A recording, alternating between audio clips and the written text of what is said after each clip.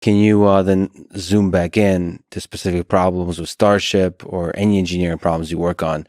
Can you try to introspect your particular biological neural network, your thinking process, and describe how you think through problems, the different engineering and design problems? Is there like a systematic process? You've spoken about first principles thinking, but is there kind of process to it? Well,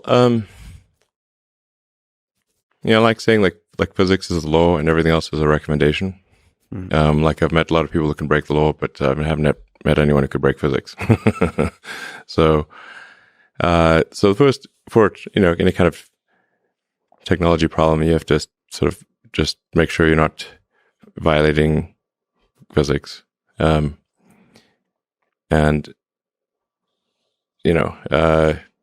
first principles analysis, I think, is something that can be applied to really any walk of life, anything really. It's really just saying, let's boil something down to the most fundamental principles, the things that we are most confident are true at a foundational level, and that sets your axiomatic base, and then you reason up from there, and then you cross-check your conclusion against the axiomatic truths.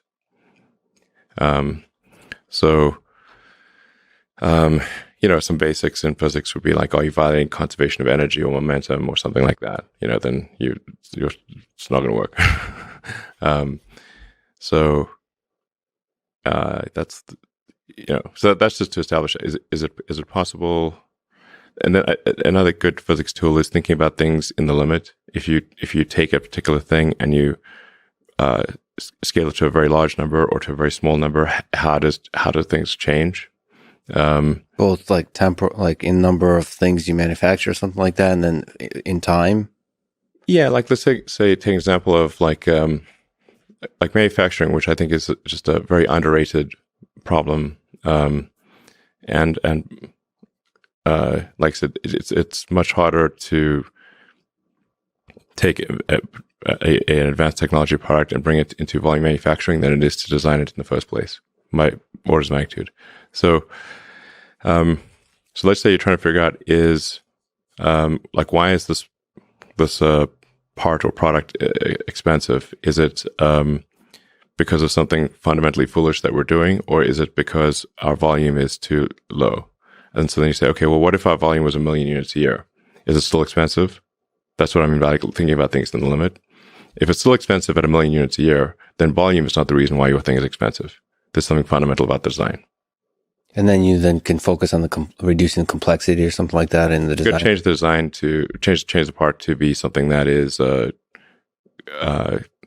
fundamentally expensive. But that's a common thing in rocketry because the unit volume is relatively low, and so a common excuse would be, well, it's expensive because our unit volume is low. And if we were in like automotive or something like that, or consumer electronics, then our costs would be lower. I'm like, okay, so let's say now you're making 1 million units a year. Is it still expensive? If the answer is yes, then economies of scale are not the issue. Do you throw into manufacturing? Do you throw like supply chain?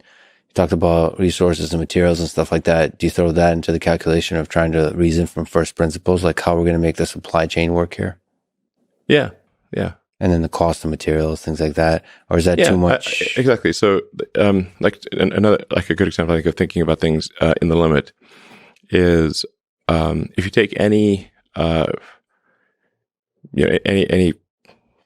product, any machine or whatever, like take a rocket or whatever, and say, if you look at the raw materials in the rocket, so you're going to have like aluminum, steel, titanium, Inconel, specialty alloys, copper, and you say, what's the